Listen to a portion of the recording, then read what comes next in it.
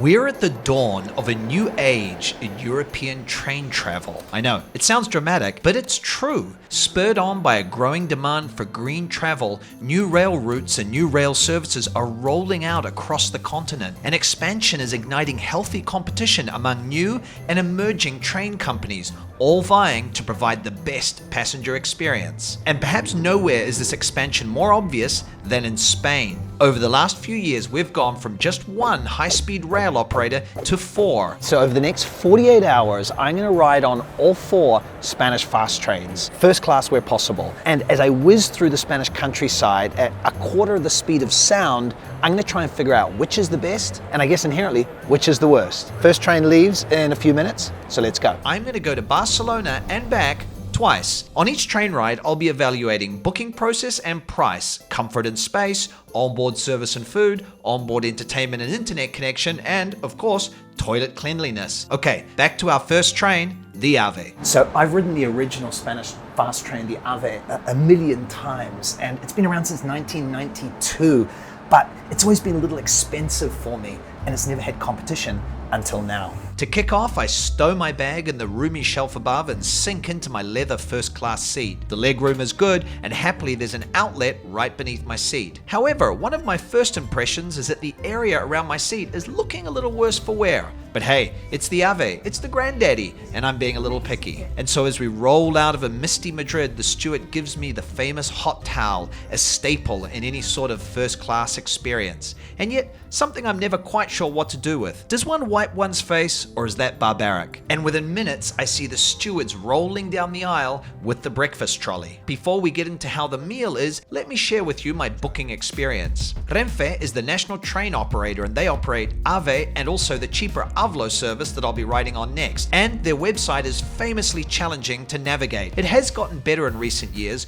but using it can still sometimes feel like a bit of a high wire act. But the first thing you'll notice is that there are a lot of departures for many of the routes, especially a busy one like Madrid and Barcelona, and you can choose between a few different class options, namely Básico, Elige, and Premium. I'll be riding in Premium, which is effectively first class, and it's twice the price of the basic option, and certainly not cheap at €109. For that, I get slightly larger seats, a little extra leg room, food served to my seat, and also a very flexible ticket when it comes to date changes and refunds. Just a quick tip, I recommend using the website Trainline. It's a train ticket aggregator like Expedia or Kayak are for flights. And now that there are 4 operators in Spain, this is the only way that you can see all options for any particular route at once, and you can book through their site as well. I'll link to it below in case you're interested. Okay, back to the food. Fruit salad, a croissant, a bread roll, OJ, coffee, and an unknown hot dish. It would have been a nice touch for the steward to let me know what he was serving me under that tinfoil, but as a 44-year-old father who doesn't get out much, I'm also excited by the sense of discovery. I'm not sure what it is. Some sort of potato thing with a ratatouille, some roast tomatoes, and some slightly sad bacon at the bottom. My verdict? Standard airplane fare. Not great, but not terrible. But, of course, like I always do with standard airplane fare, I happily finish it all out of some weird sense of gratitude and excitement. The coffee isn't bad, and I get a top-up, which is nice. And the fruit salad was fine. The mini croissant, however, is remarkably dry and underwhelming. There was also a little chocolate, but given that I have the palate of a child, I don't eat dark chocolate. I decided to save it for my wife Yoly, who is a super taster. Then, before continuing with my investigations, I decided to stretch my legs with a quick bathroom inspection. Upon inspection, the bathroom seemed clean, though this was early on in the voyage, and a straight toilet roll had already been removed from the dispenser and was floating about the counter. Back to my seat, it's time to test the internet connection. Firstly, my apologies for my very dirty phone screen. Anyway, I managed to connect to the Wi-Fi fine and run a speed test, about 1.5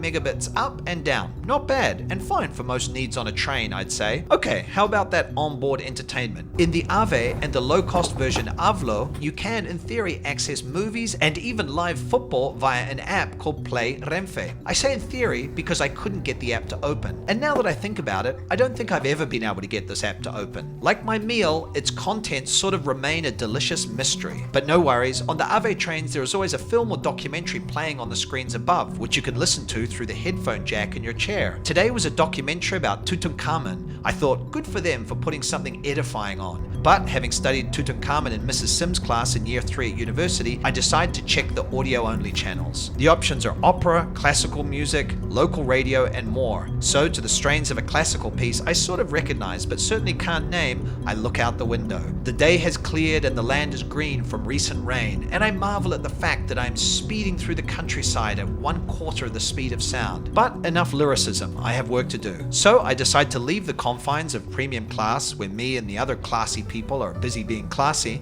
and head into basic class to see how the great unwashed are faring. What you'll find in all the trains I ride in this video is that the first class has the seats in a 2+1 configuration, whereby there are 2 seats on one side of the corridor and 1 seat on the other. This allows for slightly wider seats, and the single seat is a good option if you're traveling alone and want to make sure you have both a window and an aisle seat. In the standard classes, it's always a 2+2 configuration with 2 seats on either side of the aisle. I saw a spare seat in basic class and decided to sit down to see how it felt. And to be honest, they're still really comfortable, and I find it quite hard to notice the difference.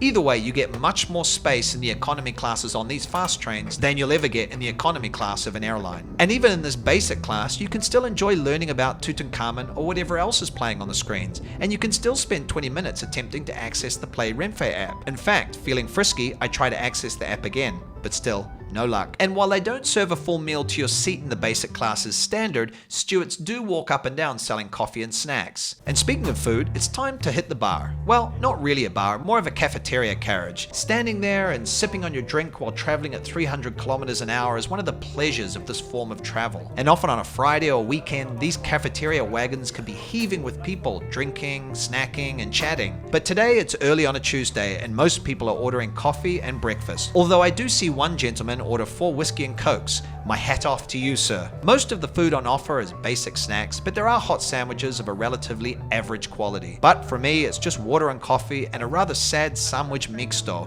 aka ham and cheese sandwich. I probably didn't need another coffee or the injection of torrefacto that surges through my veins, but I find my spot neat and I stare out the window. And you know what? Even a sad ham and cheese sandwich is fun at 300 kilometers an hour. Finishing up, I head back down the wagons towards my seat. But en route, I swing by the silent car. Another of the joys of the Ave are the silent cars, which is a wagon where everybody is really quiet. You can select them when booking, and even though you're in the basic class, the tranquility makes it feel sort of exclusive, as if you are traveling in a higher class. It's also fun when people answer their phone, in contravention of the rules, and the other passengers passive-aggressively shush them. But we're soon rolling into Barcelona, and so I decide to do one quick spot toilet check. This time it's a different toilet, pretty clean, though there is an empty Pepsi can and, again, a spare toilet roll sitting on the counter. I'm starting to notice a trend. I head back to my seat, fold up my tray, and as we roll into Barcelona, I retrieve Yoly's dark chocolate, which seems to have fallen on the floor.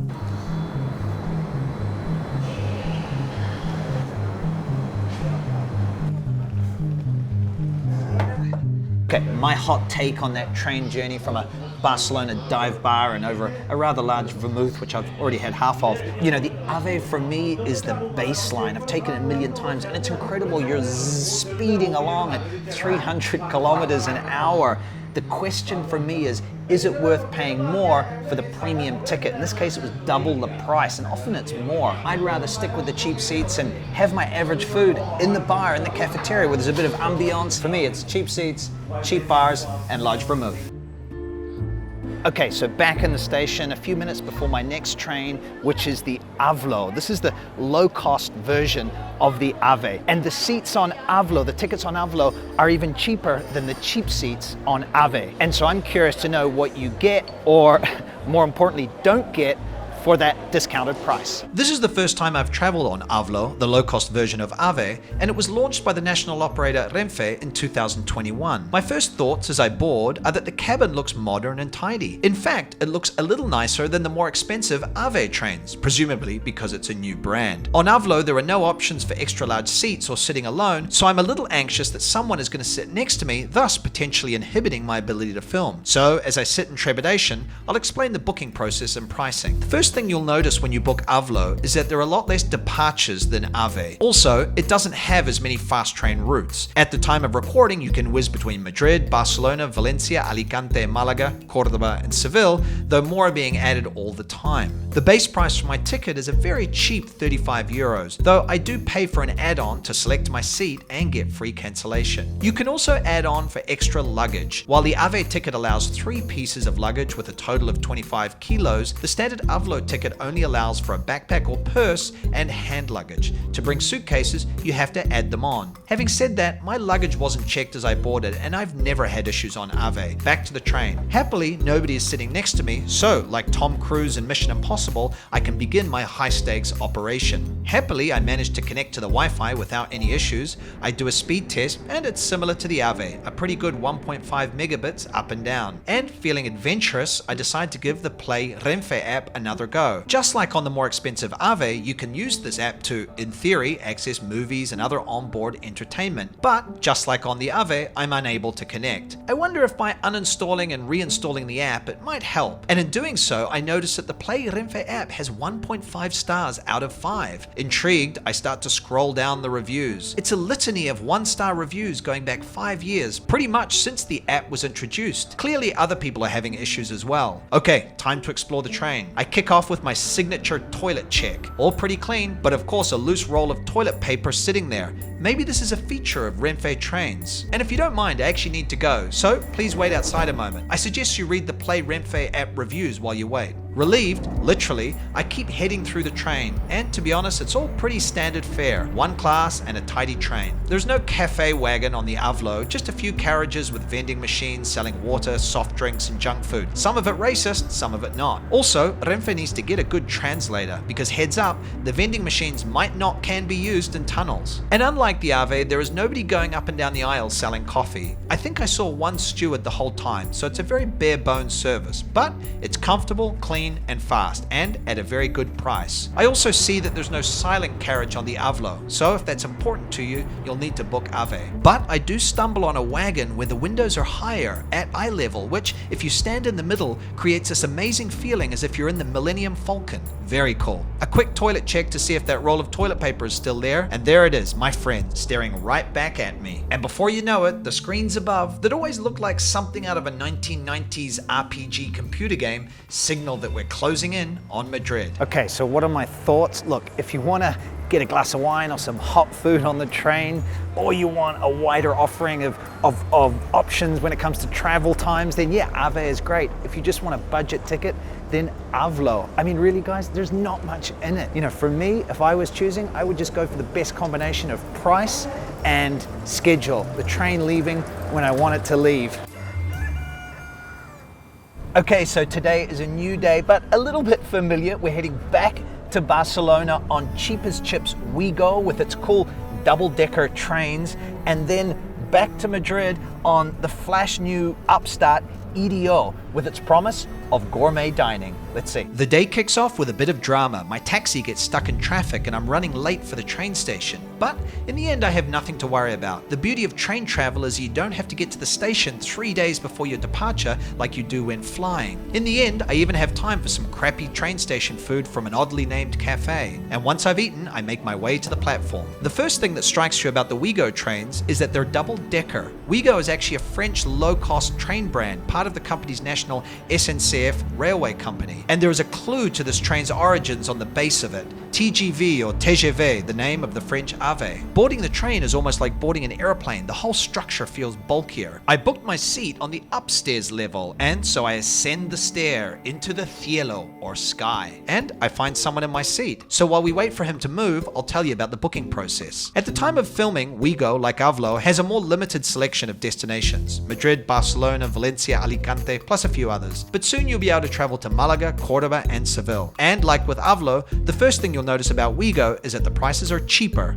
There aren't different classes, and also there aren't as many departures as Ave. I grabbed a €29 ticket, but upgraded to Ouigo Plus for an additional €9 so I could choose my seat, plus get access to the XL seats and to the premium entertainment service, which I assume means better movies. Also, like Avlo, you get a handbag or backpack and one piece of cabin luggage included. Okay, now that the man is out of my seat, I behold behold it in all its glory. My first impression is that it's quite chunky and plush, kind of like an airline business class seat from the mid 80s or 90s, but it's certainly roomy and perfectly comfortable. Once seated, I do a quick space check. Plug, check. Decent sized tray, check. Good legroom, check. Reclining seat, check. Actually, I should say that all the trains I'm traveling on have reclining seats. And it is cool to be on the higher level, and the views are obviously slightly better, but it's not a big difference. But one thing I do notice is that the baggage storage area above my head is smaller than the two previous Renfe trains, and my backpack doesn't safely fit, so I have to stow it opposite. I should also take a moment to mention that these trains all have pretty good luggage storage at the end of the carriages,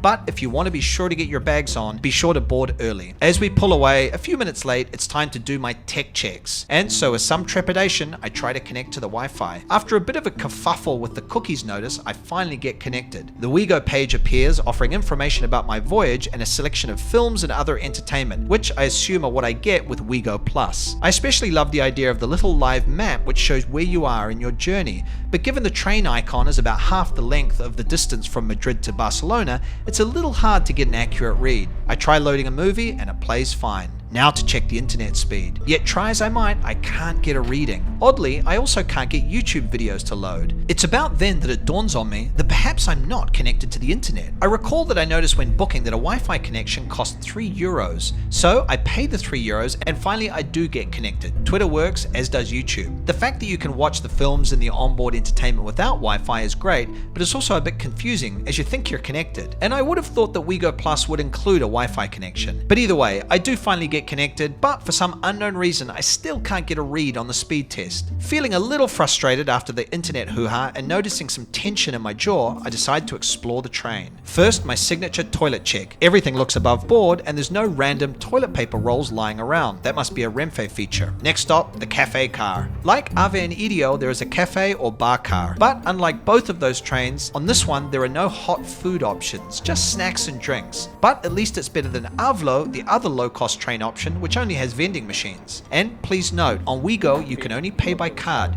no cash payments for you. The cafe car is spacious, and the fact that you're on the higher deck gives you slightly better views of the landscape around, speeding by at, yes, you guessed it, 1/4 of the speed of sound. The sandwich is fine, slightly better than your typical gas station sandwich, and the shot of caffeine perfectly acceptable. So, finishing up morning tea, I explore further. Heading downstairs, I realize that to pass between carriages you have to be on the top deck, and I'd been told that traveling on Ouigio is generally a little bumpier and noisier if you're seated downstairs instead of upstairs. So I take a seat downstairs to do a highly scientific test. To be honest, I don't notice too much difference, but I guess maybe it was a little quieter. Either way, I would book upstairs if possible. It's just kind of cooler. I also discovered that between carriages they have these little nooks where you can sit and do whatever you would do in a little nook. And I walk further down the carriages to see how the great unwashed who hadn't chosen the extra large seats are faring. They seem to be doing okay, to be honest. Like all the trains in this video, the standard class has the configuration of 4 seats instead of 3 and with ever so slightly less legroom. But look, it's still all very comfortable. And as we roll into Barcelona, I even find a moment to read my book, Wonder Boys by Michael Chabon. I think that's how you pronounce it. Un vermú, por favor. And that's what I love about train travel in this country. One of the key things is that within 5 minutes I'm off the train, I'm in a dive bar, and I have a large vermouth in my hand. You don't get that with flying. And enough about me, what about that trip? So hot take, I mean really we're splitting hairs now here guys. Look, cheap like Avlo, but with a bar, with a cafeteria, we can get a drink and no hot food, but that's great. But if I was gonna book Ouigio, and I would if it suited the timing that I need and everything, I would definitely upgrade to get a little extra space for me and my luggage, and I would definitely book upstairs. It was just kind of more comfortable up there and slightly better views.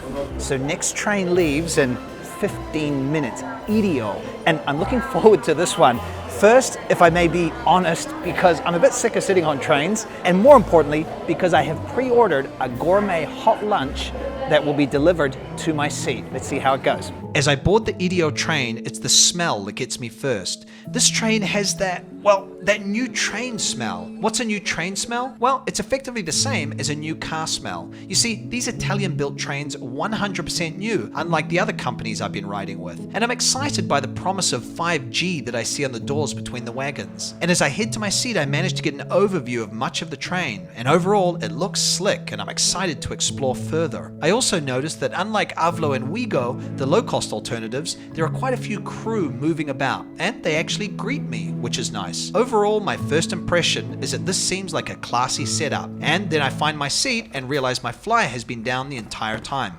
Classy. A quick overview of the booking process. Like the others I've traveled on, they don't currently have as an extensive network as the Ave, but they all hit the big places and will be expanding to more destinations. And like the Ave, the first train I rode, they give me a lot of departure options for my trip from Barcelona back to Madrid. And they also offer 3 price tiers or classes. The first class option, Infinita Bistro, offers the roomier seats, a full meal service on board, though this may be route dependent. Plus you get lots of flexibility to change and cancel your ticket. And unlike Ave, where you don't know what meal they're going to serve you, here you can choose your meal from a list of 4 options. I went with the stewed pork cheeks for the flex. But while you'll notice that the first class offering on Iryo is similar to that offered on Ave's premium class, there is one big difference: the price. My Iryo first class ticket cost half as much as the first class ticket on Ave. This is because Iryo is a new company and they're trying to build a name for themselves. So with my fly well zipped, I take my seat and assess my surroundings. Decent sized tray, good leg room, and happily there is enough space above my head for my backpack. There is a plug beneath my seat which also includes USB, though tech geeks take note it's USB-A, not the newer USB-C. And as the train pulls away from Barcelona, I realize I booked a seat that faces the opposite direction from which the train is traveling. This was an oversight on my part, as I generally try and book the forward-facing seats. So just note that in most trains you'll have the choice to book a seat facing the direction of travel or with your back to the direction of travel.